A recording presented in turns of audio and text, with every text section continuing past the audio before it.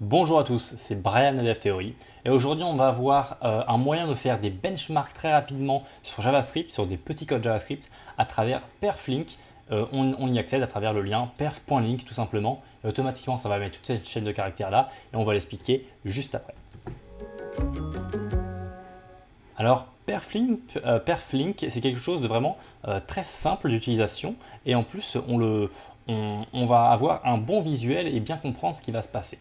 Ici, si vous voulez, on va avoir un array avec 1000 valeurs qui vont contenir, donc, enfin qui va être 1, 2, 3, 4, 5, 6 jusqu'à 1000. Donc. Et ici, on veut trouver, donc, ici, le premier test, c'est de trouver lequel vaut 100, lequel vaut 200, lequel vaut 400 et lequel vaut 800. Et à travers tout ça, sur une même durée de temps, eh bien, on voit que ici, on va avoir 83 000 opérations possibles par seconde.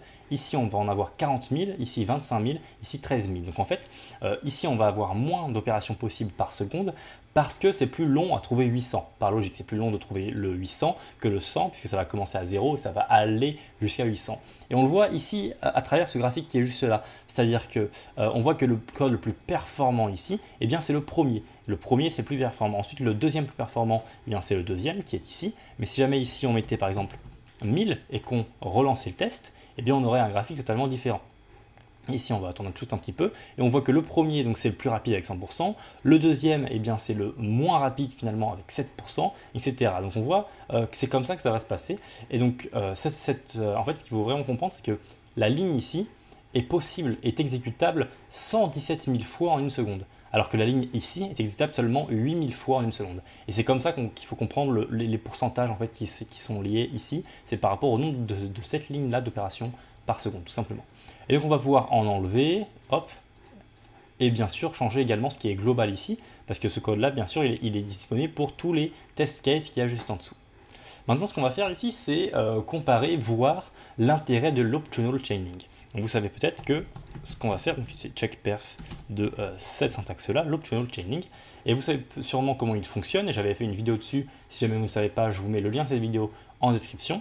Et en fait, ici, ce qu'on va avoir, c'est un objet. Par exemple, let data, toujours, qui va être donc un objet contenant une propriété A, qui est lui-même un objet contenant la propriété B, qui est lui-même un objet contenant la propriété C, et qui, elle, vaut 23. Allez, pourquoi pas. Hop, hop, hop. On est d'accord là-dessus. 1, 2, 3, 1, 2, 3. Nickel. Donc maintenant, on va ajouter un test case. Ici, on va faire donc old way. Hop. Old way, et là old way ça va être let value est égal, et là en fait on va vouloir faire en sorte que la valeur ce soit data.a.b.c et donc que ce soit 23, et si jamais c'est pas possible alors que ce soit undefined. Et pour faire ça sans optional chaining et pour pas que ça fasse des erreurs, eh bien, il va falloir checker une à une les propriétés pour voir si elles existent bien et bien. Donc si data.a et data.a.b et data.a.b.c,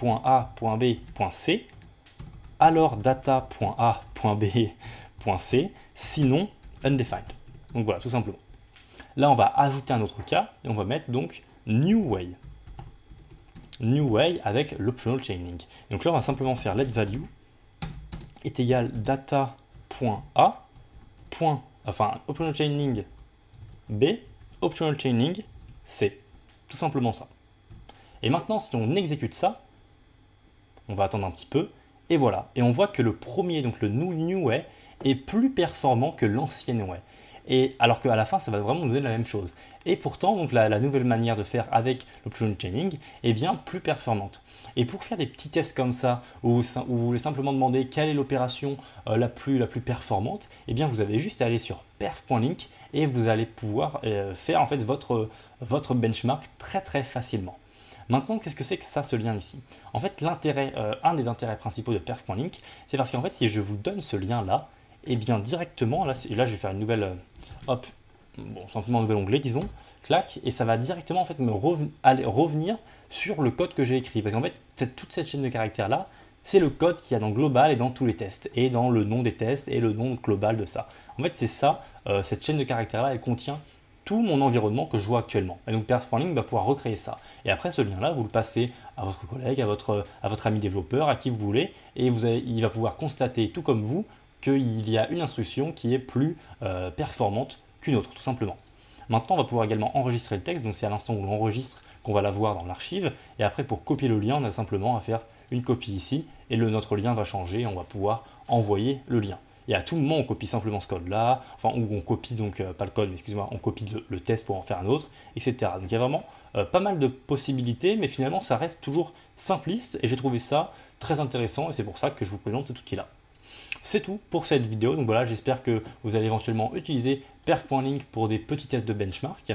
Donc bien sûr, je mets ce lien-là quand même si vous n'arrivez pas à l'écrire en description. En parlant de lien en description, si jamais vous voulez participer à un cours gratuit afin d'avoir plus de compétences en JavaScript par rapport au fonctionnement de votre code, eh bien c'est le premier lien en description. Et en attendant, on se retrouve dans une prochaine vidéo.